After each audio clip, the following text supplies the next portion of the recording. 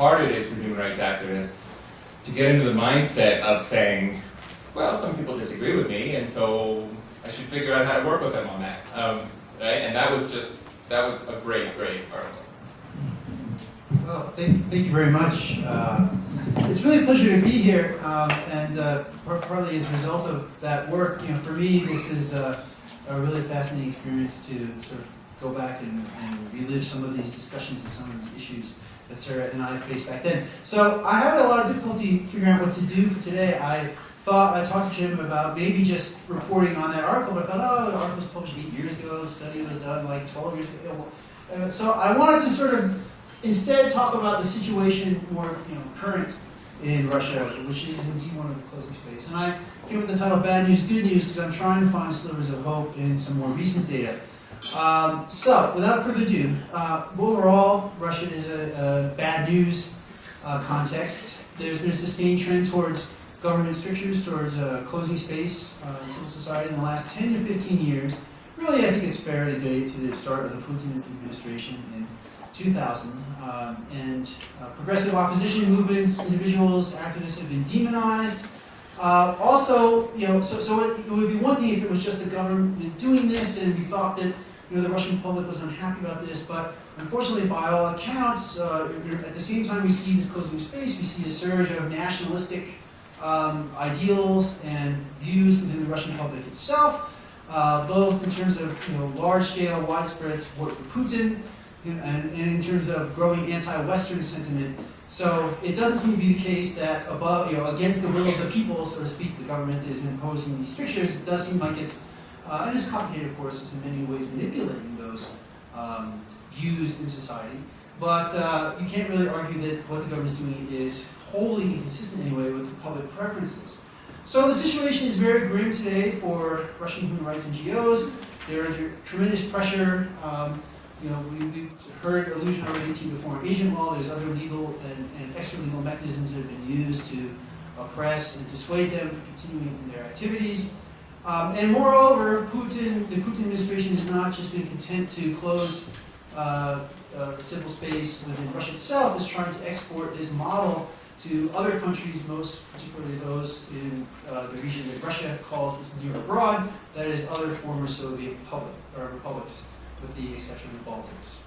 Okay, is there any good news? Well, let's see if we can work with this. So I would say that in order to really understand the present situation, it's not enough just to read the headlines, to understand what Putin is doing now and what the response is, but we need a little bit of a historical perspective. We also need recent survey data, and not just about Putin and about attitudes towards the West, which there are legions of studies which report Putin's popularity rating, report America's negative rating, and so forth.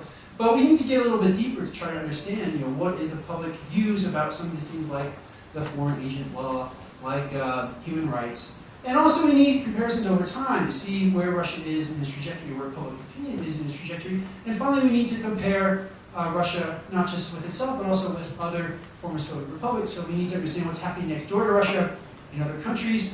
And the emerging picture that comes out of this effort is still pretty grim, but there are more grounds of hope than if we just look at Putin's popularity, let's say. So I'm going to try to find some hope in the data. So just a brief history. So civil society in Russia. Well, one particularity of Russia in comparison with a lot of the countries that you all work on is the legacy of the Soviet Union. And think what you may about the Soviet Union. It's true that in the Soviet Union, civil society did not exist in any recognizable form. The state appropriated to itself, the party state, a complete control over all types of social organizations, all types of media organizations, everything we normally would associate with the rudiments of a civil society. So as a result, the society does not have a lot of experience, a lived experience with what civil society actually is. Now, in the late 1980s, under Gorbachev, when Gorbachev introduced his glasnost policy, there was a surge of Russians joining voluntary associations when they had the opportunity. There were open discussions about the nature of the Soviet Union, about Soviet history, about the legacies. There was political contestation, there were some elections, there were even some protests, and so there was a lot of optimism among observers that this kind of civil society activity could develop and flourish and emerge more or less overnight. And then that continued in the 1990s after the Soviet collapse. However, the problem was in the 1990s it was tainted with the tremendous economic crisis, which was associated with the dislocations associated with market transition, and then it helped to delegitimize in the minds of a lot of Russians concepts such as democracy, such as civil society, such as human rights, voluntary organizations. And so even as in the 1990s, under Yeltsin's administration, there was continuing space for activists, for organizations, for groups to mobilize, to promote their causes, the seeds were set then for delegitimization or delegitimation of such activities. All right, then Mr. Putin became president, and he happened to preside over an economic recovery, which I think is fair to say was driven not so much by any of his policies, although to be fair, he did do some good things early on in terms of rationalizing the tax structure and doing some economic reforms. But by and large, it was the surge of global oil prices, which led to this massive revenue stream coming into Russia, enabled some of which trickled down to the population. So Putin appeared as if he saved the economy, and at the same time, he initiated his crackdown on civil society. So Putin was afraid of color revolution, so to speak, and a lot of his efforts have been dedicated towards preventing a so-called color revolution from happening in Russia. This has involved a confrontation with the United States, labeling of any domestic opposition as a fifth column of traitors who are lackeys of the West, lackeys of America, and crackdowns and repressions in various shapes and forms. So in the 2000s, this really came to a head after the mass national elections that took place in Russia in 2011 and 2012, which led to protests, street protests, I'm sure you're all aware, in Moscow against the falsification, the fraudulent nature of the elections and the election results. And that led to a serious ramping up of the repressive measures against the opposition, against civil society. The foreign agent law was a part of that, the banning of the USAID and other international organizations from, or international government organizations from Russia. More recently, they have an undesirable organization law, which criminalizes any organization that is deemed to conduct activities that are harmful to Russia. So that could be anything, right? And then anti-gay measures, other types of measures. The Crimea annexation led to yet a further ramping up of the anti-Western rhetoric and this notion that anybody who opposes this is a traitor, is working for the CIA, and so forth.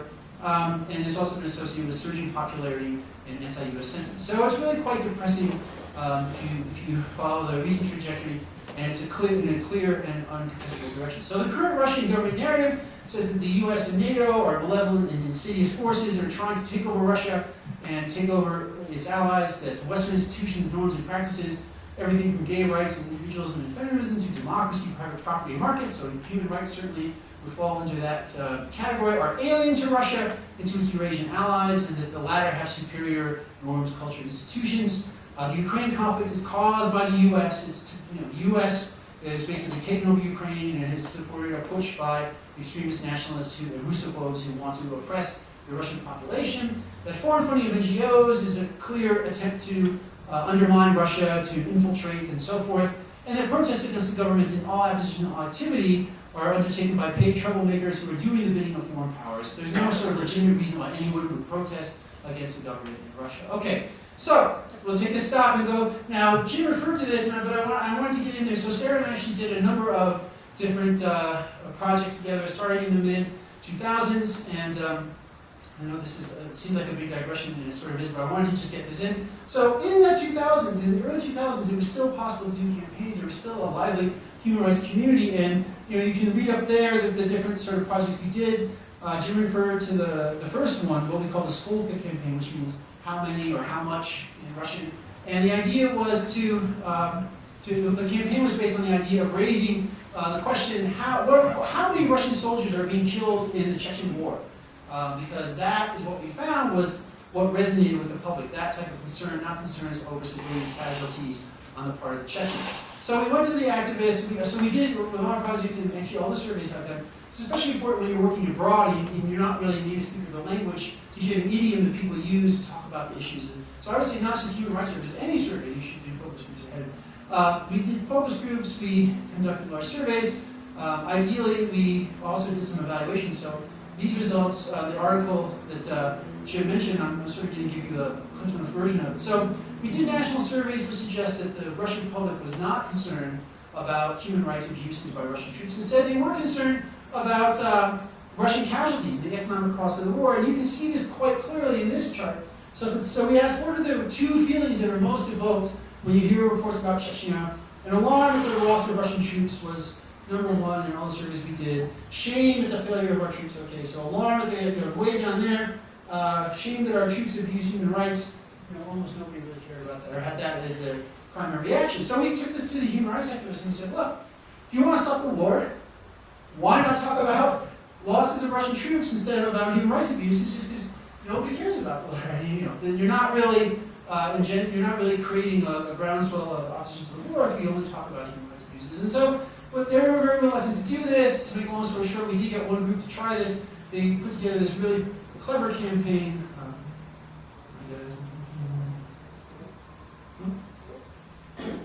Well, okay, so all right, so here's a few posters from the campaign. Basically, Skolka was just a question saying how many people were killed. And when we did some post-impact evaluation, we did find the campaign had some impact. It raised concerns about the war, it raised concerns about casualties. We did this both the individual level and at the regional level, so we had a control region where it was right next door, where there was no campaign, and they didn't show any shift, or a very minor shift, whereas in the treatment area, there was a huge shift in terms of people who said they feel alarm at losses from there. All right, so back to the present. Get the next slide. Thank you very much. So, okay, so it's hard to imagine doing anything like this today under the circumstances that exist. And that's kind of the sad thing. That's part of another reason why I didn't want to just dwell on this, because it's really, it's almost like nostalgia. Yeah, that was the day where we thought we could stop the war in Czechia if we really had the right approach. And, the situation has really changed. It's extremely difficult for human rights organizations to work in Russia. It's virtually impossible now for foreign entities to support them. Did they achieve anything? Should we all just be sad? This was a bygone era. So the first question I want to address is that. And I have a bunch of survey data. I'm just going to skip over this because I don't have time. So in 2002, Sarah and I, we did do a survey about how people think about different types of human rights.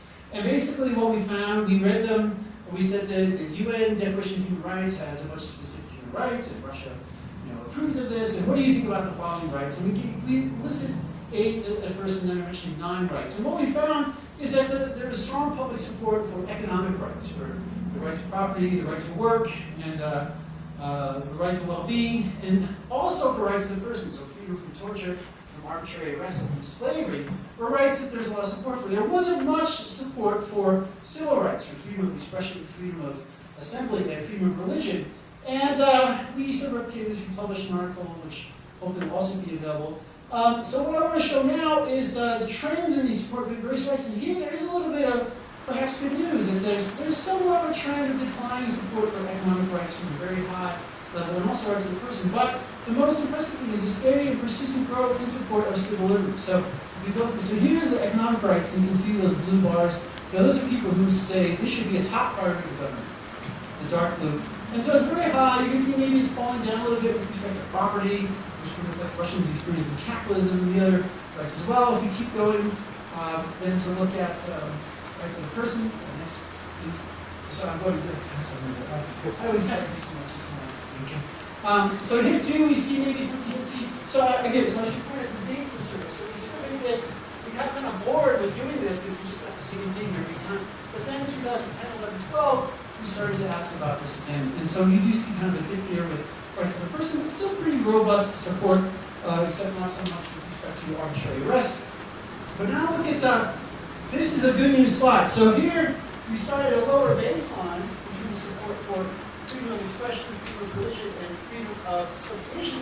But you can see over the course of a decade or so when we're surveying, there is an increase in support. So maybe it wasn't all for naught. Maybe all that American taxpayer money spent on supporting parties and governments and human rights NGOs did have some impact. We can't say, of course, we can't make an argument, but at least it's consistent with the notion that maybe there has been sort of some seismic, slow shift in Russian public opinion towards civil liberties in particular. And the public is somewhat divided. What about foreign funding of NGOs? So there's a lot of discussion in the media about the foreign agent law. There is a sense that the Russian people support it. There's been, lots of sort of troublemaker activists, government supporters who tarnish, who put graffiti on memorials and stuff. But what does the public really think about this? Well, what we do find, and we asked about this, or asked about this, come up here in a while since you went over to the code. But we had asked about this in the 2011-2012 surveys I did, and also this year in surveys I did. And it is the case that Russians are more likely to oppose foreign funding of NGOs than they are to support it. But the interesting thing is, it's not that a majority, at least in 2015, opposes it. And there are some important nuances, and there's also, so here there's 5 series. We asked about 2 types of NGOs. Those that monitor elections, so clearly political NGO by any definition, and there's a well-known one that was quite central in the events surrounding the 2011-12 elections called GOLAS, but also environmental NGOs, which are more benign, more anodyne. And in Russia, we asked these questions in 2012 and again in 2015. So actually, there's a decline from 2012, and we asked it right in the aftermath of the election, so it was quite a hell. To 2015, and those who oppose, so the red bars are those who oppose foreign funding of that type of NGOs. So in 2015, it's not even the case the majority oppose foreign funding of election monitoring NGOs, and a good 21% support it. So support it, or say it has a positive impact. You know, if you compare Russia, so Russia is more anti-foreign funding of NGOs than neighboring countries. You know, Ukraine are quite pleased about it, and definitely there's signs that the Russian messages have gone through, particularly in Kyrgyzstan, somewhat so in Azerbaijan as well. Okay, but still, you know, we have some kind of a diversity. All right, I'm out of time, but I'm going to go through quickly 2 more points. So if we look at views towards elections, towards the opposition, towards freedom of assembly, and towards protests, the punchline here is that Russians are divided on all these issues. There is no societal consensus in Russia that elections are no good, that the opposition should be crushed, that freedom of assembly is a waste of time, or that protests are inherently bad. So even though these have been sort of messages, not so much elections, I mean, yeah, elections are great, ours are perfect, what's wrong with that? But it's a mistake to inflate the high levels of support for Putin and the high levels of antipathy toward the West for support for Putinism as such, both within Russia. Right, so I can jump to the conclusion now. I have more data. So the human rights movement is the imperiled. There is near consensus support for Putin and antipathy towards the United States, but the Russian Republic is divided about a lot of these other issues related to human rights. And Putinism does have some traction in neighboring countries, but especially not in Ukraine. So it's especially important, I think, for governments who support the dissemination of human rights norms to really work in Ukraine and to push that when the time is right, which is now. Thank you.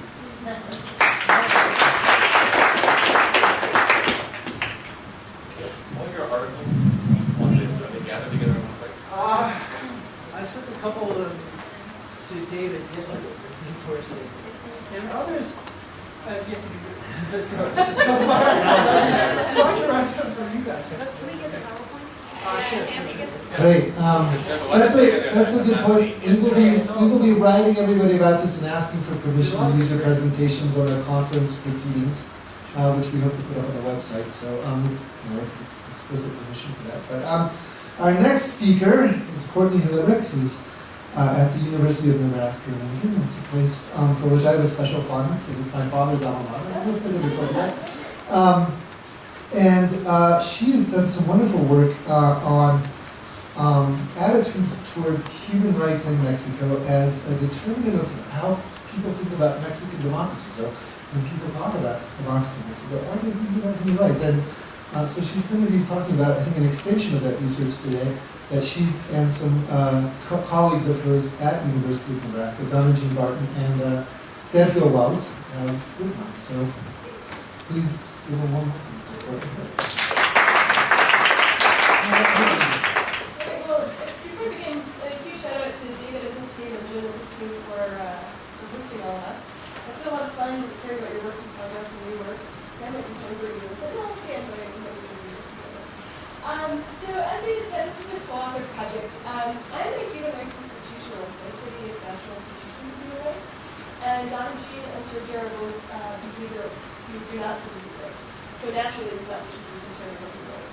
And this has been a multi-year collaboration. We have one piece that showed up in Open Global Rights, and we're working on some more pieces as we go. So the impetus for this project was really sort of a twofold observation. On the one hand, We know in the academic literature that democracy is meant to bring human rights, right? And we know at a macro level that the statistics bear this out. We also know that presidents and political elites more generally, like Mexico's former president Vicente Fox, make major promises with respect to human rights when they're talking about democracy. So here's Fox at a campaign rally, and he's telling the people, democracy has to give us some sort of result, and that result is freedom. Now that's a big promise. So we want to know if individuals at the constituent level, do they see democracy and human rights as that? So that was really the motivation for the project. Now, we think this matters for a number of reasons.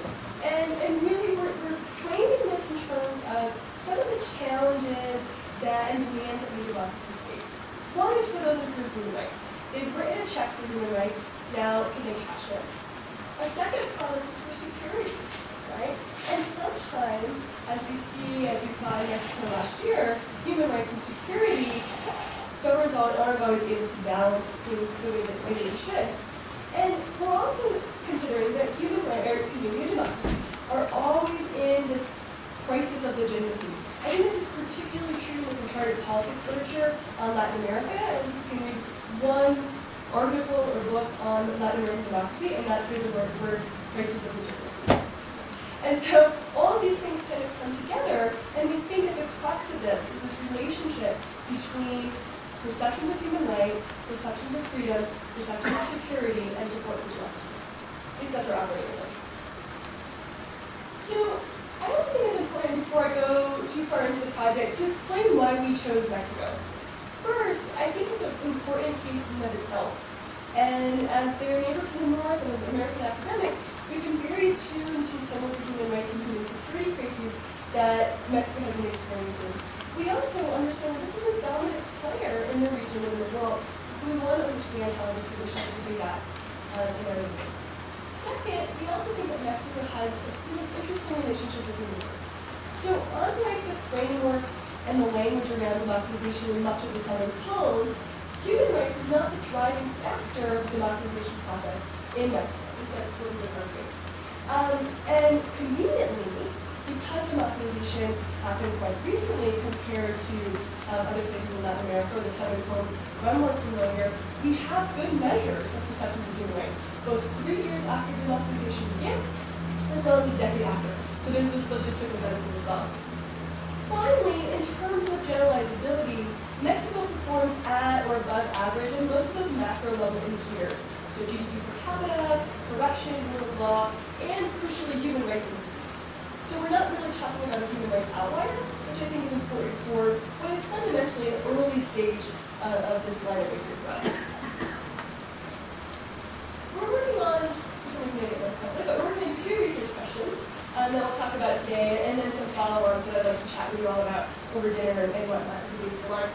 So the first is, how do perceptions of human rights affect support for democratically elected officials and for the democratization process more generally? So this is what you saw in the Open Global Rights, and a larger version was published in Democratization earlier this year. We're also interested in how perceptions of violence are going to intersect with human rights support, or perceptions of human rights, and support for democratically elected officials. So I'll talk about first the data a little bit, and then our findings of these 2 questions. So I'm going to talk about the data to some degree, because it's really self-serving, I want your feedback on these questions. We are about to launch a new survey, and so we'd like to get some feedback on whether or not these are the right questions to be asking, and the right way to be asking them. So we're using Banamex survey data, the 2003 Mexican Values Survey, and the 2010 National Survey of Values that unite and divide Mexicans. And the nice thing about this data is that both surveys are nationally representative. Obviously, the sample was smaller in 2003 than 2010, but the 2010 data also has sub-state level examples that are representative of the states. And this is really critical when we talk about violence, because violence, as you know, is not equally spread throughout the country. So this data was very helpful for us. When we're talking about support for political elites, democratically elected political elites, we're looking at 2 different measurements here. One is approval of the president, be approved of the president. And in the surveys, we're talking about thoughts and well-known. And then second, we're talking about satisfaction with democracy. And so we have a categorical variable in 2003 and then a scale in 2010, both of which are meant to measure the degrees to which Mexicans are saying, okay, this democratization project, I'm okay with it, or not at all okay with it. In terms of perceptions of human rights, what we're asking is whether or not individuals believe their rights are respected. It doesn't actually matter if they are or not. Okay? This is not an empirical test of how well rights are protected in any given area, but rather how much individuals feel that their rights are being respected. And similarly, we're asking about perceptions of violence. Again, it's not the experience or the degree of violence in a particular area, but how much violence individuals believe they are surrounded by. So I'll talk you through the first question, which is the degree to which perceptions of human rights dictate support for democracy. The hypothesis is really intuitive here, right? So we want to know, do individuals dictate their support for democracy and democratically elected leaders based on how well they perceive the rights to be respected? And our hypothesis is yes, this makes sense. If the literature is right, if politicians' policies are right, then human rights and democracy, the support thereof, should go hand in hand. And our statistical analyses, so we do this in a set of regressions, and we really have these two main dependent variables, these two variables that we're trying to explain, and we control for all the usual suspects. So sociotropic economic factors, how much they're educated, partisan ID, and so on and so on. What we find is that there's a really high correlation between perceptions of respect for human rights and support for democratically elected leaders. Now this holds for both blocks, in the heydays in the transition, so right after the transition, and then more recently, for Calderon. And it also holds regardless of your partisan ID. So support for the president is not just a function of your partisan ID, but also a function of how well you think your rights are being respected, even when controlling for all those other factors. And the same holds for support for democracy more generally. And here the lines are even steeper. So of course there's going to be differences based on partisan ID, but the main relationship holds. The more you expect your rights or perceive your rights to be respected, the more likely you are to support the democratization project. Now, one of the questions that we've gotten, I think this is a really fair question, is where does security fit into this? Right? The context in 2003 is very different than the context of Mexico in 2010. And we know this to be true. So what we're trying to do now, and this is some new data that we're working with, is wonder citizens who experience or believe they experience higher levels of violence are more or less likely to be satisfied with this emerging democratic regime. And of course, we assume the more violent you think you're likely to be, the less likely you are to support democratization. But we also think that perceptions of human rights are going to intersect in some interesting ways with the security support for democracy relationship. So to give you a sense of the security or insecurity that we're talking about here, here's just a sense of homicide in Mexico. And you can see this is why that disaggregated data is so important. And they're highly concentrated in a few areas. So perhaps here in Mexico City, most citizens feel very safe. But if you're living in Chihuahua, you might not. So we want to understand how this is driving support for democracy when we correlate it with human rights as well. In these models, these are more statistical models, we're including not just those standard factors that we talked about before, sociotropic, economic standards, etc., but we're also including a measure of violence, which is the Citizen Insecurity and Violence Index. And that, again, is at the sub-state level, so we can get disaggregated data. And we find here as well that there's real gaps between those who perceive violence to be high, those who perceive violence to be low, and those who perceive low violence plus high respect for human rights. They're going to be most likely to support the democratization process. Now, that's intuitive, right? We'd expect this to be the case. But I think this actually has a positive message. I hope this has a positive message for those of us who are interested in promoting human rights, which is that democratically elected leaders should take note. What essentially we're suggesting is that constituents are using their perceptions of human rights, even amidst violence. Go back here, even in context with lots of violence, they're still using the perceptions of human rights to evaluate their democratically